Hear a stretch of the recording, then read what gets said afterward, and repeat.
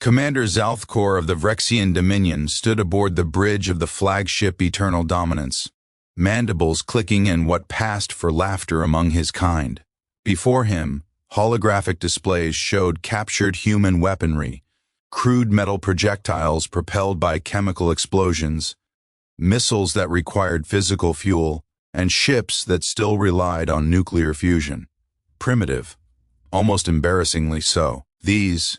These are the weapons of the species that claims to be ready for galactic contact? His tactical officer, Vren, cycled through the intelligence reports with visible disdain. Supreme Commander, their most advanced warships move slower than our cargo vessels. Their weapons require direct line of sight. They still use kinetic projectiles. Zalthkor's 3 eyes narrowed with satisfaction. The Vrexian Dominion had plasma weapons that could atomize targets at 1,000,000 kilometers. They had quantum-entangled communications that were impossible to intercept. Their shields could deflect anything short of a star-going supernova. And these humans, these children from their little blue marble, thought they could negotiate as equals? "Prepare the fleet," Zalthkor ordered.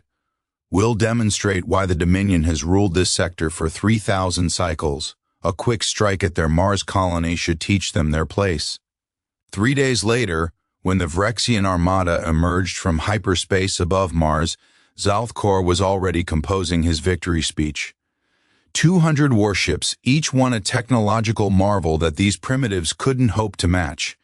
The human colony's distress signals began immediately, just as predicted. Panicked, desperate, perfect. "Sir, human fleet detected, 70 vessels inbound from Earth." Vren's tone carried amusement. "They're attempting an intercept. Let them come. I want them to watch their colony burn before we—" The sensor array exploded in warnings. The human ships hadn't slowed. They hadn't begun firing at maximum range like any civilized species would. They'd done something that made Zalthkor's blood run cold. They'd accelerated, faster, harder, directly at the Vrexian fleet. "Collision course," someone screamed. "Evasive maneuvers, fire everything." But the humans weren't trying to ram. At 300 kilometers, they did something unexpected. They fired, but not energy weapons, not plasma lances. They fired metal. Thousands of depleted uranium rounds from electromagnetic railguns, each one moving at a significant fraction of light speed. Simple, primitive, absolutely devastating. The rounds punched through Vrexian shields like they weren't there. Shields designed to dissipate energy were useless against solid mass moving at relativistic speeds. The Endless Victory was the first to die, its entire port side sheared away by a single tungsten telephone pole traveling at 0.2 C. "Shields ineffective. The projectiles are passing right through." Vren's voice had lost its smugness. "They're using mass drivers. Kinetic kill weapons. How is this possible? These weapons are thousands of years old." Zalthkor watched in horror as his fleet began to disintegrate. The humans weren't fighting fair. They weren't following any of the established rules of galactic warfare. They were fighting like predators. "Return fire, maximum range, keep them away." But the humans adapted. Their ships broke formation, spreading out in 3 dimensions, using random evasive patterns that made targeting impossible. And they kept firing. Missiles now. Not sophisticated quantum-locked missiles. Simple chemical rockets with nuclear warheads.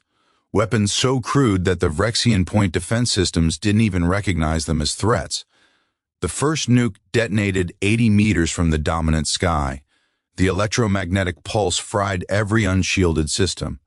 The shields that worked so well against plasma did nothing against the radiation. The blast wave, expanding through the thin Martian atmosphere, peppered the hull with debris.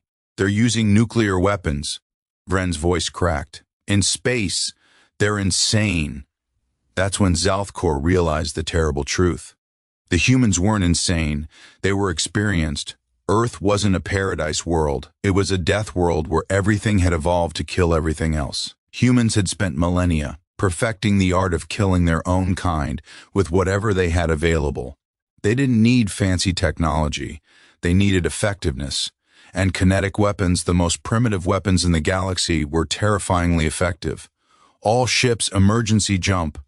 Retreat to, sir, they're jamming our hyperspace engines. Some kind of electromagnetic warfare. Our systems are being invaded by software attacks. How do they even know our protocols? Lieutenant James Jax Chen grinned from the bridge of the Ewan's Indomitable, watching the alien fleet try desperately to escape. Cyber warfare team, excellent work. Keep them locked down. Gunnery, focus fire on their command ship. Let's introduce them to the concept of combined arms warfare. The Indomitable was nothing special by galactic standards. It was a converted mining vessel. Its hull plating was simple steel alloy, and its main gun was just a really big railgun. But it was crewed by humans. Humans who'd spent centuries fighting each other over resources, territory, and ideology. Humans who'd learned every dirty trick, every tactical innovation, every unconventional strategy in the book, and some that weren't in any book. Target their engines, not their weapons, Jax ordered. I want survivors. I want them to go home and tell everyone what happened here. Around Mars, the battle had become a slaughter. Human fighters, little more than missiles with cockpits, swarmed the massive Vrexian ships like piranhas. They didn't have shields. They didn't need shields. They had speed, aggression, and pilots crazy enough to skim enemy hulls at Mach 10. Down on Mars colony, Sergeant Maria. Rodriguez watched through her rifle scope as Vrexian ground troops attempted to land. The aliens had exoskeletons, energy weapons, and tactical computing that would make Earth's best systems look like calculators, but they'd never fought in low gravity. They'd never trained against an enemy that refused to surrender, and they definitely never experienced a human defensive position. Wait for it, Maria whispered to her squad. Let them commit. The Vrexian soldiers advanced confidently, their sensors showing no human defenders. Their stealth technology was perfect. Their approach was textbook, and they were walking straight into a minefield of dumb explosives that their fancy sensors couldn't detect because they were just pipes filled with fertilizer and fuel oil. The explosions tore through their ranks. Simple, crude, effective. Now, Maria's squad opened fire, not with lasers, not with plasma, with good old-fashioned armor-piercing rounds that could punch through alien armor because, as it turned out, stopping kinetic energy was really, really hard. The Vrexians tried to fall back, but humans had learned warfare on a planet where cover was scarce and mercy was scarcer. Every angle was covered. Every retreat route was trapped. The aliens weren't fighting soldiers, they were fighting survivors of a death world who'd spent their entire evolutionary history getting better at killing. Aboard the Eternal Dominance, Zalthkor watched his fleet die. 70% casualties in less than an hour. His ground forces annihilated. His tactical advantage meaningless against an enemy that didn't play by the rules because they'd never learned them. Sir, we have to jump. Now, agreed. Emergency protocols. Leave the damaged ships. As the surviving Vrexian vessels fled into hyperspace, Zalthkor looked at the tactical display one more time. The humans weren't pursuing. They were regrouping, treating their wounded, and securing the battlefield like professionals, like they'd done this 1,000 times before, because they had. The intelligence reports had been wrong, dead wrong. Humans weren't primitive, they were practiced. They'd evolved on a planet so hostile that everything there had learned to kill efficiently. They'd spent their entire history fighting wars with whatever they had. Sticks, stones, chemicals, atoms, information. They didn't need the best weapons. They just needed weapons that worked. And there was something else, something the sensor logs had captured. A wounded human soldier, arm nearly severed, had picked up his rifle with his other hand and kept fighting.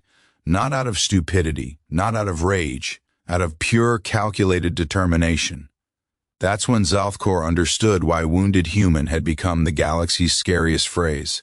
Because a wounded human wasn't weakened. They were motivated, they were angry, and they were too stubborn to know when to quit.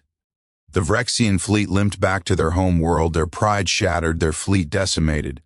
Zalthkor filed his report with trembling manipulators. Do not engage humans, they are not primitive, they are perfected.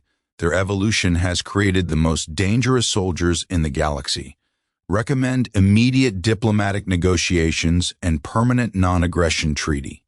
The Galactic Council received similar reports from 6 other species over the next cycle. The humans, it turned out, had been preparing for first contact for decades. They'd assumed hostile intent because on Earth, that was the safe assumption. They'd built their entire military around asymmetric warfare because they'd never had numerical or technological superiority against each other. They were good at being the underdog, really good. Ambassador Sarah Chen stood before the Galactic Council 3 months later, representing humanity's first official delegation. The council members looked at her with a mixture of fear, respect, and fascination. Humanity seeks peaceful coexistence, Sarah said calmly. We always have. But we learned long ago that peace is something you prepare for by being too dangerous to attack. We don't want war, but we're very, very good at it. She paused, letting that sink in. We come from a planet that tried to kill us every single day. We survive because we learned to adapt, to innovate, and to never, ever give up. We don't have your technology. We don't need it. We have something better. We have experience. In the back of the council chamber, Zalthkor clicked his mandibles in what might have been agreement. He'd learned that lesson the hard way. On Earth, they had a saying, God created all beings, but Samuel Colt made them equal. The Vrexian commander didn't know who Samuel Colt was, but he understood the sentiment perfectly. Humans had spent millennia fighting with primitive weapons because primitive weapons worked. And now that they were reaching for the stars, they were bringing those lessons with them. The galaxy would have to adjust, because humanity wasn't asking for permission anymore. They'd earned their seat at the table the same way they'd earned everything else, through blood, determination, and an absolute refusal to be underestimated twice. In the colonies spreading across human space, soldiers trained with the same weapons that had terrified the Vrexians: railguns, missiles, cyber weapons, and the occasional improvised explosive device, because you never knew when you might need to make something dangerous out of whatever you had lying around. The rest of the galaxy watched nervously. Some sought alliances, others sought distance, but everyone learned the same lesson Zalthkor had learned above Mars. Never wound a human unless you're prepared to finish the fight. Because a wounded human isn't prey. They're a predator who now knows exactly where you are, and they're coming for you with whatever weapon they can find. That's why wounded human became the galaxy's scariest phrase, not because of what humans had, because of what they were. Survivors from a death world who'd turned survival into an art form and warfare into a science. And they were just getting started.